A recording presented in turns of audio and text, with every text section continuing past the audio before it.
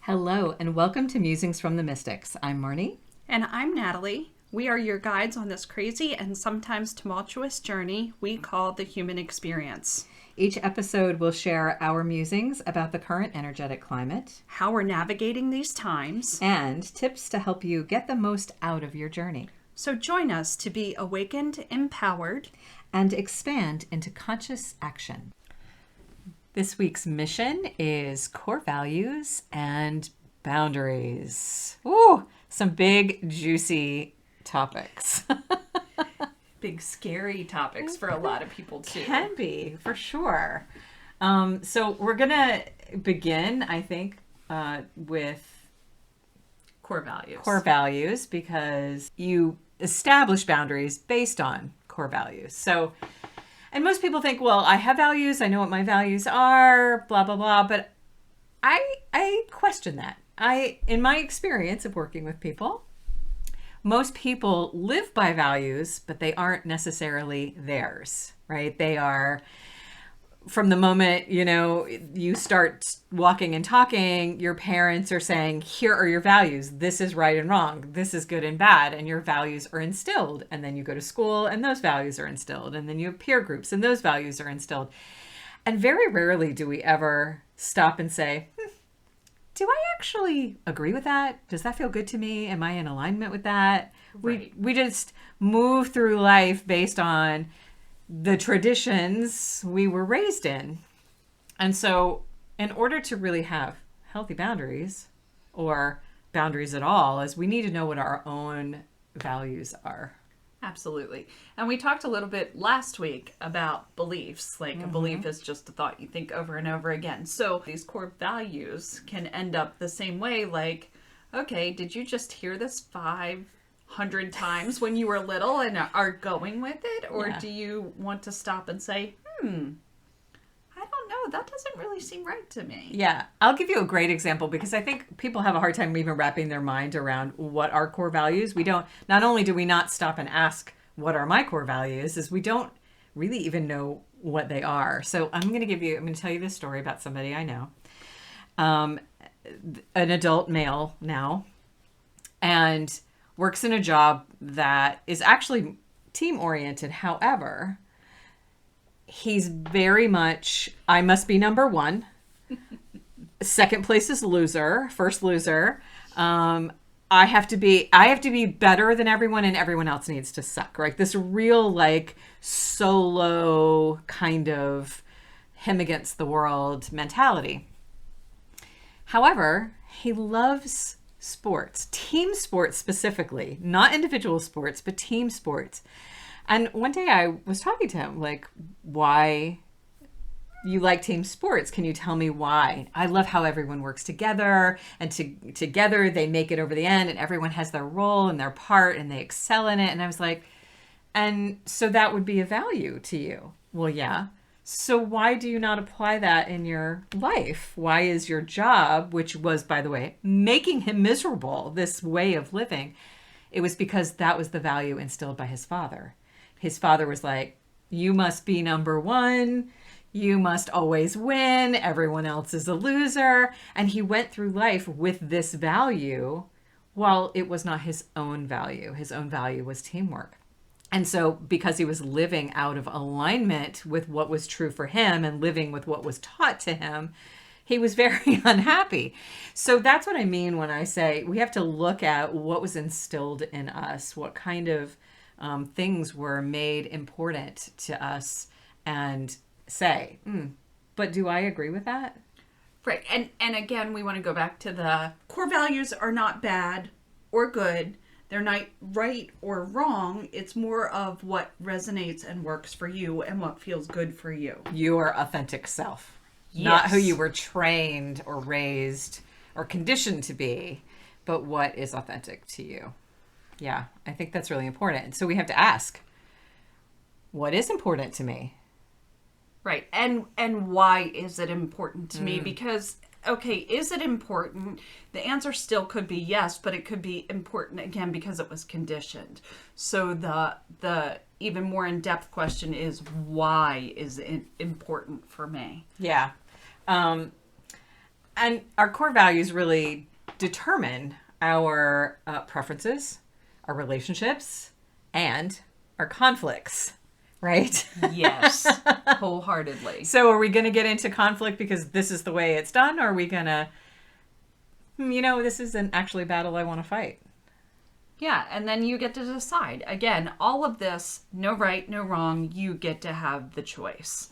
So, But when it is in alignment, everything becomes easier because it's that conditioned subconscious value versus authentic value. And that subconscious conditioned value, if it isn't in alignment with your authentic self, is going to cause you problems in your life. You're going to hate your job, hate your relationship, hate this, hate that, right? It's going to create conflict and discord and disharmony within your life because you're not living with what's actually true for you.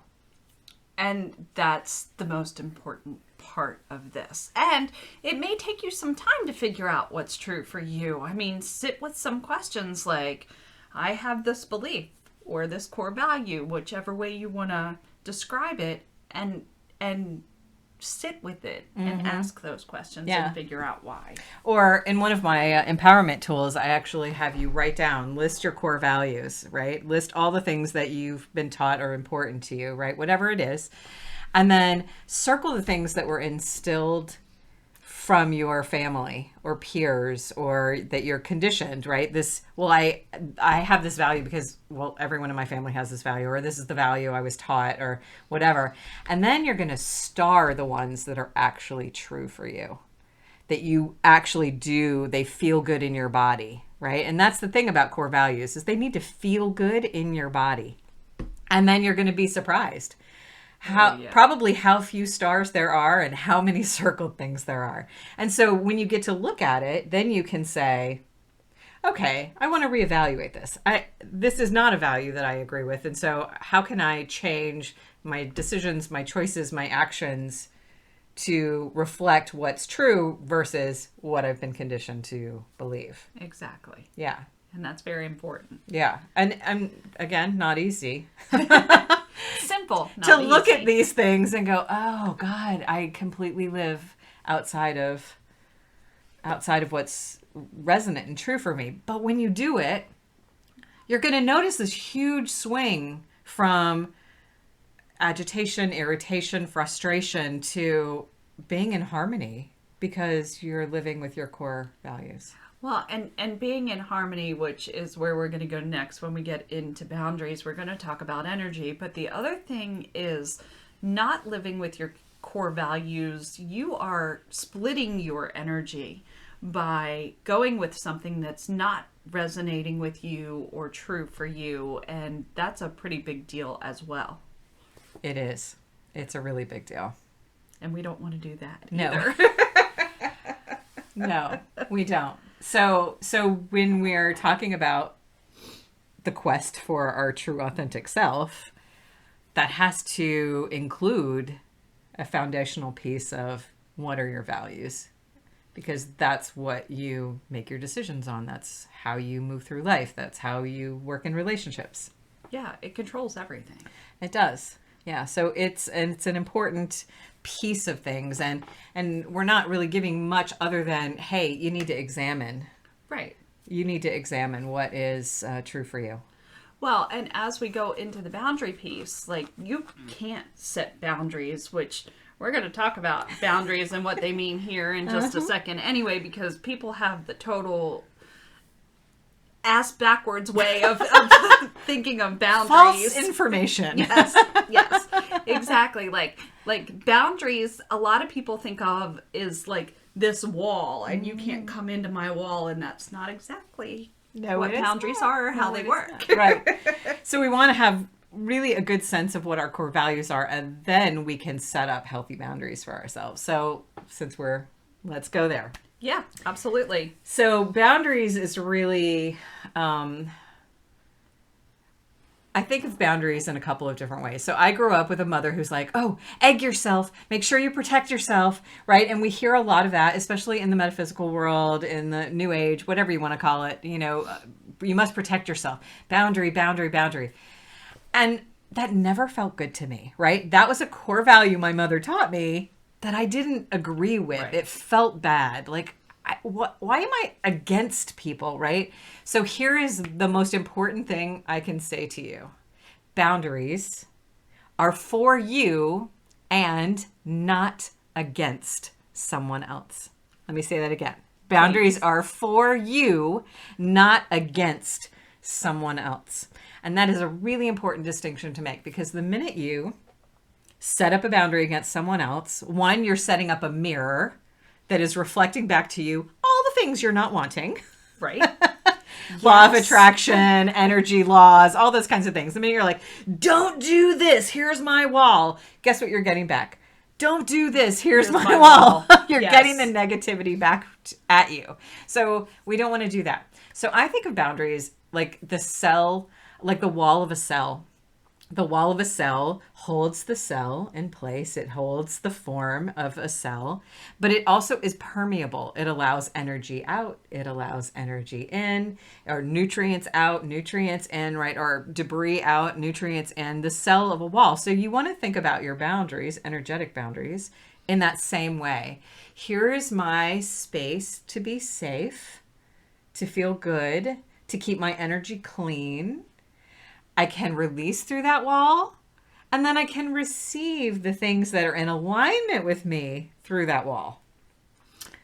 And another point to this too is they don't have to be static either. They can change. Absolutely. They do not have to, okay, I'm setting this boundary for myself and it's going to be here for the entire rest of my life. Well, no. What if that doesn't resonate anymore? Like, it's that fluid motion too that we keep talking about, that it's not this permanent wall that you're putting up and saying, don't cross. Right. With a moat and alligators and all. Right. Exactly. It's not that. Right. Exactly. No. One of the things that I like to do when I'm teaching workshops around energy is I use dowsing rods, and I have someone think about, like, we just test. You're in this neutral place wherever you are right now, and we test how far is their energetic boundary.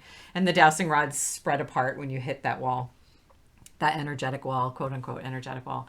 And then I have them think of something really traumatic or awful, or like a hell no, like I'm never sleeping in a hammock 12,000 feet in the air, right? Whatever it is, it doesn't have to be traumatic. You can think about something that's just a hell no. And you watch the dowsing rods get almost all the way to the body before. So when we're in that negative mind space or fear space, our energetic boundary shrinks to really close to us, meaning there is no protection whatsoever. There's no safe space. But when you think of something positive or happy, a hell yes, if you will, that energetic boundary is like 12 feet out from your body. So it's really important to, again, if the core values are in alignment and you're in this harmonious space, your energetic boundary is naturally going to be this nice, big, light-filled, positive energy space for yourself. And then you really don't need to put a wall up against somebody else. Right, exactly. And that's the key point. I mean, again, Marnie said it twice. We're going to say it one more time again. Your boundaries are for you, not against somebody else. And that's, I think we're taught that. I think, absolutely. I mean, if you look at any of the history books or the wars or all right, here's my boundary for this line drawn in the sand, do not cross, right, kind of thing. That's not exactly what we're discussing here. And we touched on it last week with communication and setting healthy boundaries. And what does that actually mean? And that means, we get to say, here is my love language, for instance. Here is how I listen better in communication. Here is how I want to give and receive love or energy or communication or whatever it is. And then we come into, when we're in relationship, there's some give and take. What is healthy and happy for you, and how can we interweave that or work that out versus you will not talk to me this way and you will not talk to me this way. And now you're at a standstill and everybody has walls up and there's no communication. Right. And nobody's going to say anything. They're going to retreat to their corners and be in the hurt stage of you hurt my feelings instead of, well, okay, let's re-examine this. You can't hurt my feelings. I allow you to hurt my feelings, which again, we kind of said that last week, but these all intermingle. Yeah. They all go together. Yeah. So a boundary is not permission for you to say, oh, you crossed my boundary and now it's your fault and your problem. That is not what a boundary is for. No. So I'll give you an example of one of my boundaries is I cannot stand teasing because in my experience, my personal experience, when someone is teasing, it is mean, right? There is teasing that could be kind and playful, but generally speaking, people tease and they are mean. They are making snide comments or sarcastic comments, or they're putting you down, embarrassing you, shaming you, guilting you in some way. Ha ha ha, I was just teasing. Nope. That is, for me, that is not how we communicate. So for me, that boundary is if you want to have a conversation with me, it does not include being hurtful in your words. Now, I don't take that personally. That's their issue, right? That's their, how they've learned to communicate because they're probably embarrassed or ashamed of how they feel. And so they lash out. Yes. And for me, a boundary is if you want to have a conversation with me, it needs to be in a mature and loving and thoughtful way. And yeah, sure, we can play, but we're not going to do it in a way that is mean or hurtful. No. Intentionally. Intentionally, exactly. Right. And part of that is there's that other conditioning too that comes from like some people are taught that's how you express your feelings, and then when somebody's like, oh, that was mean or hurtful, you say, oh, well, I was just kidding. Yeah. No, that doesn't work either. Nope. And as women, we're taught really early on, oh, if a boy's mean to you, it means he likes you. What kind of fucked up conditioning is that? That is not okay. Right? Yeah. Again, a value that's taught to us that is wrong and disharmonious to us and is allowing some kind of behavior that is no. If you like someone, you use your words and you say, I like you. And yeah, we take the risk of potentially not having that reciprocated. Right. But we can say, okay, this person wasn't for me. We don't have to go, oh my God, they broke my heart and it's all their fault. No. No, not that either. And so that is one of the things you get to say. You get to have that choice of, and maybe some people might appreciate that teasing kind of thing. I sure don't, but there might be someone somewhere out there that's like, oh yeah, sure, that's fun. Well, I have found it is accepted, but not necessarily wanted. Oh, that's probably a very, very... And I also that means you're not honoring your boundaries, because if it's something that does negatively affect you, if it's something that you don't like the energy of, and you're not standing up and saying, can you communicate with me in a different way? Because I don't like that. Right. Then you're not honoring your boundary. No. So that, again, it's about honoring yourself and what feels good to you, not against them. You're not saying, well, you're wrong. Teasing's bad. You shouldn't do that. We're not doing that. We're saying, for me, that is not how I like to be communicated with. Right. Which, again, takes them out of it. Like we said last week, the I am statements or the for me statements doesn't work. And I have a teenage son who thinks that mean things is hilarious. And he clearly knows, like, Instagram, social media, TikTok, whatever you have, if he sends me something and it's that, I'll send it back and say, no, thank you, don't send me something like this ever again. And he knows. Like, I've established that with him, and that's his sense of humor right now. Hopefully it's a phase. I'm going to hope. But he does know my boundary on that, and he is clear. So now he sends me silly little animal videos that are hilarious, and we communicate that way. That's not our sole form of communication, but it's nice. Like, he sees something cute and funny, and he's like, oh, I'm thinking of mom for this, instead of, like... I don't know, I think of the Jackass movie, like, instead of something like that he would send to me, and I'm like... I don't get that. Yeah, I don't get it either. But again, he thinks that's very funny. And all right, that's fine. You do you. But don't send them to me because Yeah. I don't want to see it. So what we're talking about, boundaries are really energetic. Yes. They are not a brick wall with a No. boat and alligators. They are energetic, which says I am radiating out the type of energy that I want to attract and receive. Oh, I think that's perfect.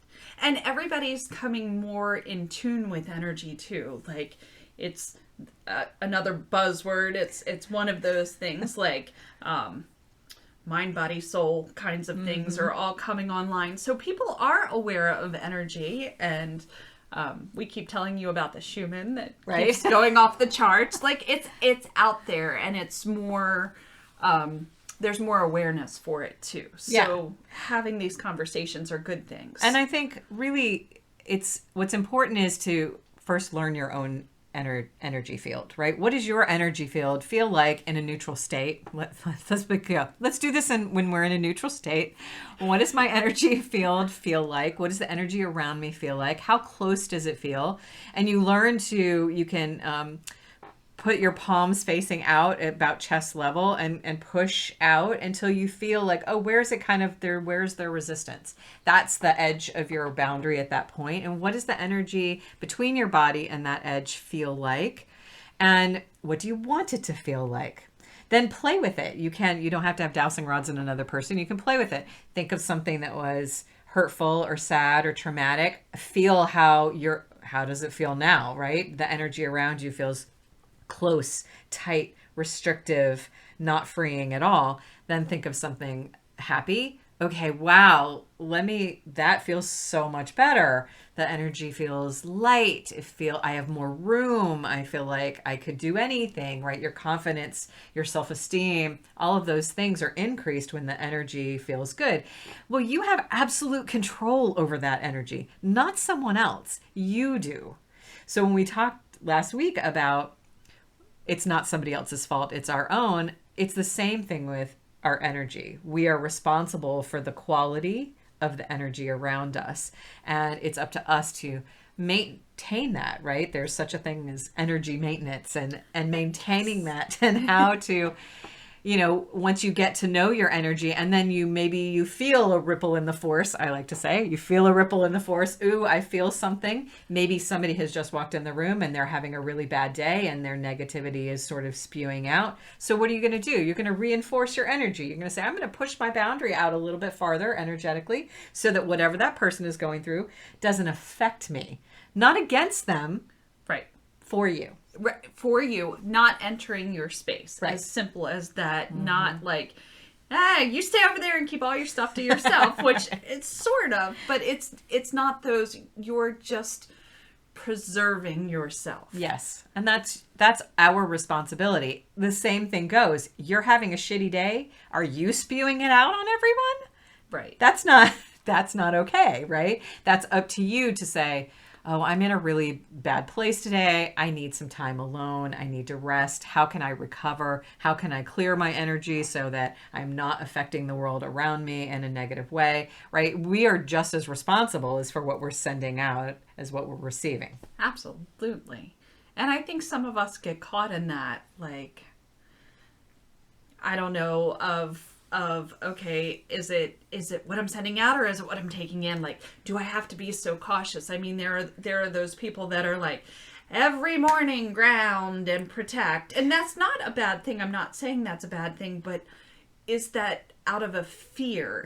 Is that because you're so worried what's going to come into your field? That doesn't feel like a good energetic situation. All you're doing is attracting it to yourself when you have that mindset. Right. So there's that protection word that comes in there. Yeah. And we have tiptoed around it. If you haven't noticed, we haven't really used that word. Right. And there's a reason. Right. Because that word has an energy and we have this mindset. You hear the word protection and you see armor, you see weapons, you see walls, you see a barricade, right? There's this idea of against others. And so I really hesitate to use that word in that way particularly if somebody's in that mindset of, well, I have to protect myself from other people. Yes. So find another word. How can you purify your energy? How can you cleanse your energy? How can you strengthen your energy? Right? Correct. Which is very different, feels very different. It gives you your power back. Right. Instead of giving it all away. Instead of giving it away. I have to Yes. protect against you. Guess what you just did? You just handed your power over to that person on a silver platter. Right. Right. Now, and we're not saying that the opposite, not the opposite, but feeling safe is okay. Yeah, And absolutely. That's a good set of words to use too. I feel safe. I feel in safe. this. I secure. Yes. So Yeah. there's just it's again, and we keep talking that there's a podcast coming for relanguaging, which we're going to talk about how all of your words have meaning, and they have a great deal of meaning, and what we're going to go through with that. But again, like the word protection, again, armor, and a lot of people are throwing that out there. Protect your energy, protect this, protect that.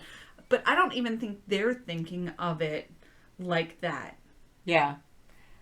I think the words strengthen, purify, cleanse are much more accurate Yes. and more serving for you individually. I would agree with that. And we're not solitary creatures. We're not, you're going to interact with the world that's out there too. So we would like to do it in the best way possible, something that works for our best and highest good. So Yeah. paying attention to these things is very important. Well, think about that. If somebody walks into the room and they're guarded, they're looking around suspicious and who's going to attack me, you feel that. Oh, totally. You know that. Right? You can sense it, even if you don't intellectually know it. Your energy's like, And so then you get on the defensive, like, what's up with them, right? But if you walk into the room purified and strengthened and clear, that is a very different result in the room you enter. No, and it's almost like as simple as having confidence kind of thing. Confidence in your energy, confidence in how you are, kind of like when we were talking about communication last week and saying no. And if you say it confidently, nobody's going to question it. So it's that same thing with energy, strengthen, purify. I have this confidence and I'm good. I'm not worried that, something's going to enter my bubble and I don't like that, and bad. It's not that kind of way. It is that kind of way, unfortunately, for a lot of people. And what we're saying is, Don't let it be. don't let it be, because that is not authentic you. Authentic you is not afraid of anything. Correct. Authentic you doesn't live in a state of fear and needing to be protected. Authentic you is confident and powerful in your own uniqueness and wholeness without needing from anything else. Correct. And the scientist in me is going to take that a little bit further. Go, girl. I have to.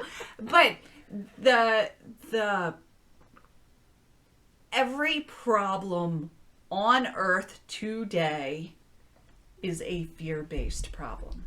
It was all started from fear of you have something that I want, or I have something you want and you're going to take it from me. The world does not have to work that way. No. And if we could set up these clear boundaries on how we could communicate, there would be a whole lot less problems out there. Yeah, for sure. Absolutely, I agree. So as we were just saying, being confident when you're saying no or whatever, we're taking our communication piece a little bit farther into this boundary piece, but let's talk about no and the word no, and it's not a 4-letter word, people. Yeah. I like to say hell yes and holy or sacred no, because no has been conditioned into us that somehow somebody's going to take it personally. We're being mean. We're going to hurt someone's feelings, so we sacrifice ourselves. But if we look at no as something sacred and holy for ourselves, again, not against someone else, hell yes and holy no is awesome. Oh, I love that. I think that's beautiful. And we were conditioned, you say no to something, and if you're wavering because you have that conditioning that's like, I really don't want to do this, but you're going to be mad at me and you're not going to talk to me, so I guess I'm just going to do it. Like, no. That is not how to have a healthy boundary. That is the opposite of a healthy boundary. No. And also against core values and your authentic self, right? You're not honoring what is true for you. So you're giving away your power. You're giving away your authenticity, trying to people please somebody. Ugh. And again, you're splitting your energy at that because there's still two sides of it. You're doing the people pleasing and your true self is sitting here saying, but why you don't really want to do this. Right. You don't really want to do this. This is not for you. I'm telling you this is not for you. And you're saying, oh, but I have to. Like, no, you don't. No. Something I used to, so it's interesting. When I first started embracing the holy no, I would say no, and I would have a reason, right? I had an excuse or a reason, like I'm not feeling well, or I have other plans, or something bad has happened to someone else. You make shit up. I know I'm not the only person who did that, right? We make shit up. No, because we all feel like we have to justify our no. So then you would end up sick, and something bad would happen. So then I learned to say no, period, or I have to reschedule, period. Or I can't make it this time, period, right? I don't have to give a reason to why I do or do not want to do something. Correct. And what Marnie just said, do not lie. Law of attraction. You are going to attract whatever you're making up to justify your no. You're attracting that into your space, into your field, into your energy, into your whatever you want to call it. And the other thing is, we were just talking about confidence. If you say no with confidence, that no period, nobody's going to question it. But if you're still on the fence and having that little bit of waver, again, kind of what you said, no. Or no thank you, or not this time, or maybe next time, or any of those things. And you can even say, I wrote this down because this one was a good one. I have other plans, but thank you. And you can make other plans with yourself. I love that. Yeah. Your other plans. My other plan is to sit on my ass and watch TV. Right. Or read my book, or meditate. Right. Exactly. And that's fine. They don't have to know that. And you are not lying. So you are not attracting the negative energy into your field, into your space. Yeah. And I would add to that, you also don't need to apologize. Oh, no. That I'm sorry I can't make it. Why? I'm not sorry I can't make it. I'm perfectly happy that I can't make it, right? We throw that word around too much. And I think that has a negative impact on our boundaries, because it's like, okay, I'm setting up this boundary and I'm sorry for it. So that's not a strong energetic boundary at all. No. That's a weak, wishy-washy boundary. Yeah. So I know I just kind of threw that in. We didn't really talk about whether we're going to talk about the sorry. And I'm sorry probably should have been in last week's, but this all interweaves. And it's okay. and that's, but actually Marnie has a good one too for, I'm sorry with being late. It was... Thank you for being patient. Yes, or thank you for waiting for me. Thank you for waiting for me. Right. Yeah. Instead of saying, I'm sorry, you do not have to apologize. We apologize way too much, which means I'm sorry doesn't mean anything to anyone. It's almost like love. I love you. I love this. I love that. I love donuts. I love coffee, right? Then it's like love is dialed down, right? It's watered down. It's thrown around too much. And I think I'm sorry is the same way. If I need to apologize for something, then my sorry has weight. It has meaning and purpose behind it, because I don't throw around I'm sorry all the time. Right.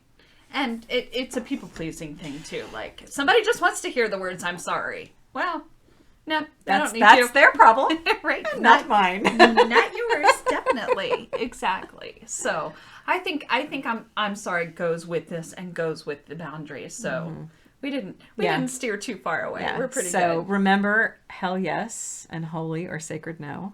Absolutely, I love that. And don't apologize. Like when I need to reschedule appointments sometimes, right? If I am energetically drained, I do not have the capacity to show up 100% for my client. I honor my boundaries and I honor their energy and time as well. And I'll say, I need to reschedule. Are you available to move your appointment? Correct. Which is perfectly, nobody has ever complained about that. People are like, thank you for showing me how to honor myself when I'm tired, or, and that is what it looks like to have healthy boundaries and to be really clear in my core values. Because to me, it's very important to show up for someone 100+%. And if I'm not feeling it, I'm not going to do it because, well, I got to make the money, or I don't want to disappoint someone, or that's going to upset them, or it's going to throw my schedule off, right? Those values aren't important to me. What's important to me is my integrity and how I show up. So again, how core values and boundaries really interweave and are important. Yes. So your takeaway from this is figure out what your core values are. Yeah. That's the first place to start. And seriously, like, take a look at why do I have this value? Why do I think this way? Why do I believe this? It's a good And do thing. I? Does it feel good in my body? I think we have to, when we ask the question, okay, let's say, here's my core value. I need to be number one. Does that feel good in my body? Does it? And maybe it does. You might be somebody who is a solo leader. Always, I learned myself that I am a leader, and I don't like not being the leader. So for me, that would be a very different question. But ask, how does that and then where's it landing? Does it feel constricting, or does it feel freeing? And then, okay, this is a value that's important to me. How can I incorporate this value? Or if it doesn't feel good to me, how can I remove this conditioning and subconscious programming out and move in a different way? Correct. And then once you have your core value, you can set some boundaries if you feel the need to, which we highly recommend setting some boundaries. We definitely do. But the other point in this is there is no right. There is no wrong. There is no good. There is no bad. You get to decide these things, what's best for you. And somebody may not like it, and that's okay. That's well, lots of people are not going to like it, and that's okay. Right. You always have a choice. Yeah. I mean, we're on a planet with almost 8 billion people. The idea that we're all or even most going to agree with something is bananas, right? That's not possible. When you think of it in that scale, like, really? Of course, everyone has different values and different things that are important to them and different energetic signatures and all of those kinds of things. And so you worry about you. Right. Right. And it doesn't matter what their values are, and they don't have to affect you. That's right. So that's a key takeaway for that as well. Yeah. So we're talking about really bringing the focus, which is true of all of these conversations, the focus from outside of ourselves and needing approval and validation to bringing it into self. What is true for me? The more you can do that, the more you're going to radiate out in this authentic, which ends up being positive way. And the people around you and the world around you will shift to be reflecting of that too, which may mean relationships end or change, and that's okay. It's not important to hang on to something that doesn't work or isn't in alignment. It's important to be you. It is, wholeheartedly. Okay. That was like a mic drop. That was. I'm good with that. All right. Thank you. And we will talk to you next week. Thank you for joining us. Until next week, in peace and love and light, this is Marnie. And much love and appreciation, this is Natalie.